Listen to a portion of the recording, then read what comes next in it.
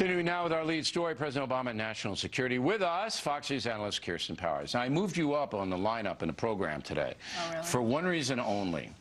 These far-left loons like heirs, they're scared of me, all right? They literally run. When I go on the Upper West Side of Manhattan or down the Village, people run away. So I don't get their mind. I don't get to ask them in a casual setting, why are you so crazy? Like that German reporter. I mean, is she kidding me? She doesn't want drones. She doesn't want Guantanamo. Ayers thinks they're all war criminals. How do you stop people who want to kill you? Only crazy people don't want drones, Bill? Is that what you're saying? Well, I'm not. I want to say, all right, if you don't want drones or Guantanamo or rendition or coerced interrogation, you don't want any of that, then how do you protect yourself against people who are not only blow you up, but themselves? How do you do that? Well, where's the evidence that the drone war is protecting us from anything? Where's the evidence? Yeah. Well, I think the evidence is that the Al-Qaeda leadership, from all accounts, not just the United States, is just in disarray, and their leadership has been destroyed and killed. Well, I think that's pretty strong evidence. It's not. Well, is it coincidence or is it causation? I mean, where's the evidence where they've come out and said that us just constantly droning Middle Eastern countries is making us safe? Are you going to submit on the factor that the drone attacks have not badly damaged our enemies? Are you going to sit here and submit that? I would say they have badly damaged the United States, actually. I think we've... But not our opposition. Sure, we've killed... Every time we kill the #1 person, there's another #1 person. But that's what you do in war. You see, it's attrition. You kill them, and then you create chaos. You're creating more terrorists with these wars. What do you mean, who? The people that are being bombed and watching their families being blown up. That's who. It creates more terrorism. Okay, so let me get this straight. So in a war on terror, you're not supposed to attack the enemy because they might get mad. But we're not just attacking the enemy. We're killing tons of civilians. We bomb a house. How many civilians? We don't know. I mean, they don't. Well, then how can you make the statement? If you don't know how many civilians, how can you say tons of them?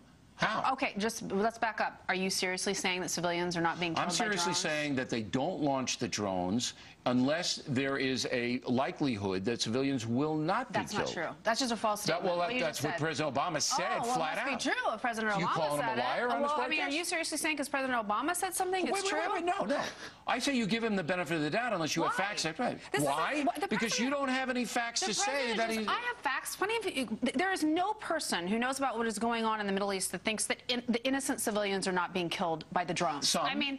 But it's not a policy to do it. Of course it's not a policy. Well, what war in history have innocent civilians not been killed? But that's not what happens. When you have drones coming and flying over a house and knowing that there are innocent people in there on the off chance, they're like, we think that maybe they're in there with a terrorist and we're just going to kill them, and then act like it's no big deal the way the president's press secretary did when he was asked about Anwar al-Awlaki's son being killed in that exact type of situation we're talking about, and he says, well, I guess he should have had a better father. I mean, that is not seriously trying to avoid killing innocent people. If you're a student of history, you have to look at war and what war entails. It entails protecting yourself, #1. That's why you go to war. I don't disagree and #2, destroying the enemy. And when you destroy the enemy, all right, you destroy civilians around the enemy. And that happens in every war. But let me have one more question before we eject you from the set. We have one more question for you.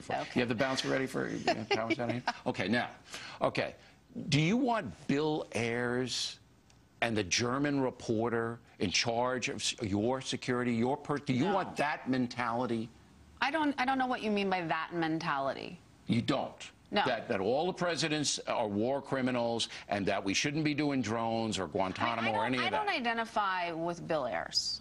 So I don't know. So you don't want those people? Yeah, I don't really feel like Bill Ayers is who I think of when I think of who do I want to be like. But he represents a mindset. Yeah, well, I don't actually know the inner workings of Bill Ayers' mind. So you don't want those people, but you don't want... I do agree that we need to defend our country. But look, I agree with closing Gitmo. So you're putting me in the loon category. You know, you automatically put people... Well, Powers, hey, I'm not putting you there. You think if somebody believes that people deserve to have a trial... Here's what we're going to do. They're loons. Next week, well, I'm on vacation next week, but when I get back, I want you to give me the Kirsten Powers national security strategy. Okay.